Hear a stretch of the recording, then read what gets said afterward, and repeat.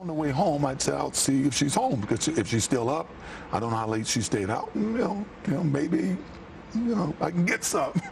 Right now on Access, O.J. Simpson putting himself right there at the scene of the crime on the night Nicole and Ron were murdered. Now, his dream team never disclosed that fact at the trial. Guys, is that a confession? Second. Well, Fox is calling Sunday's O.J. Simpson special The Lost Confession, but this interview with Simpson from 2006 wasn't lost, more like just dusted off. Yeah, what's fascinating about it is that Simpson seems to blur the lines between hypothetical, if he did it, and pretty detailed descriptions from that night, June 12, 1994. Including these chilling words that sure were not heard at the trial.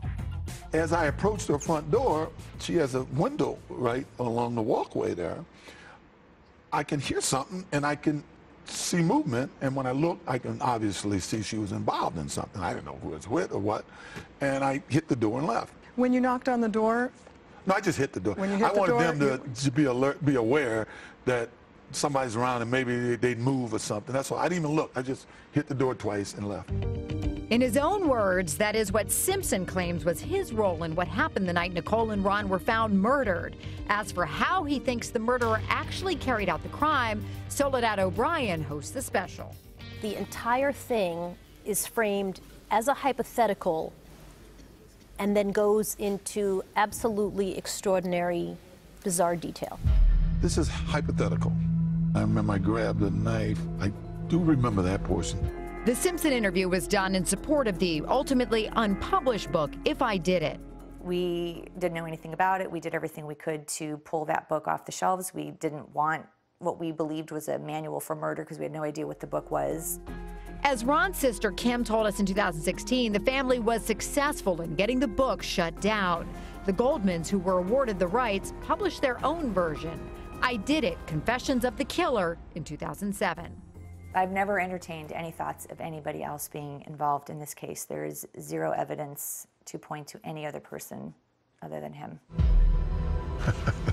It was horrible. It was absolutely horrible.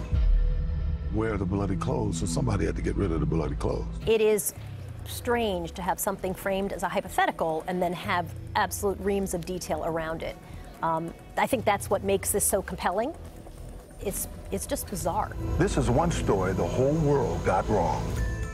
The broadcast will include a panel of analysts, including Assistant DA Christopher Darden, who offer context to what viewers will see.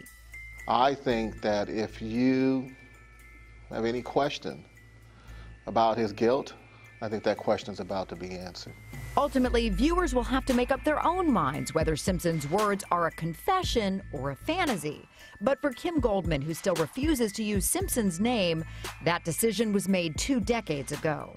He's a killer, and that just seems to be the best word for me. So,